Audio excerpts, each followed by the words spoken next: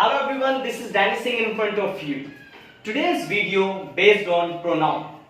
So today I am going to teach you what is pronoun and parts of pronoun. So let's get started.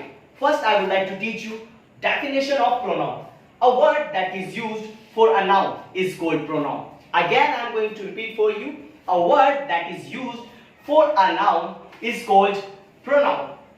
For the example, I am saying Rahul is teaching and he is such a great teacher. So Rahul is a name and for this name I have used he. So he is called pronoun in this sentence because and it stops the repetition of noun because we are not using Rahul again and again. So we are using for it he. So he is called pronoun in this sentence. Another example I am going to give you for animal. For the example, lion is such a dangerous animal. Lion is such a dangerous animal and it is coming near to me. So I have used it for lion. So lion is a name and it is called pronoun because for the animals and non-living things as a pronoun we use it, not he, she. Okay, got it. Now I am going to tell you kinds of pronoun. Kinds of pronoun. Let's get started. First, personal pronoun. Second, relative pronoun. Third, interrogative pronoun. Fourth, demonstrative pronoun.